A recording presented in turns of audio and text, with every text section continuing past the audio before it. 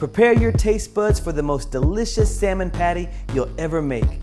It's an easy recipe you can enjoy for breakfast, lunch, or dinner. You're welcome. First, to a blender, let's add in chunks of raw boneless salmon, wheat breadcrumbs, garlic, some smoked paprika, squeeze a little bit of lemon juice, and a pinch or two of sea salt and pepper.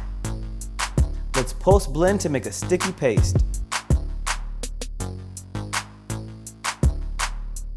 Dump the contents into a bowl and toss in some chopped green onions and chopped jalapenos for a little kick. Let's get our hands dirty and mix it all together. Next, we're going to form patties of equal size. Once the patties are formed, I recommend placing them in the fridge or freezer for about 20 minutes so they can harden up just a bit.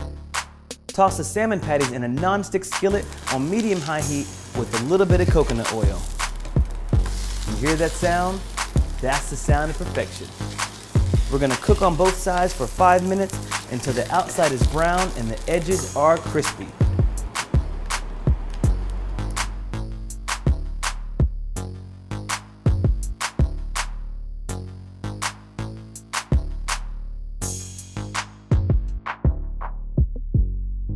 And just that easy, you have a delicious salmon patty that you can enjoy for any meal.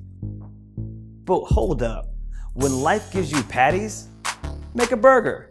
So to sprouted wheat buns, we're gonna add Dijon, goat cheese, lettuce, tomato, some red onion, fresh lemon juice, a pinch of sea salt and pepper, and our beautiful salmon patty.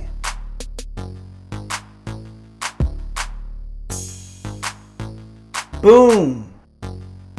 Check out fitmencook.com to get the full recipe, or you can download the Fit Men Cook app for more easy, healthy, and tasty recipes.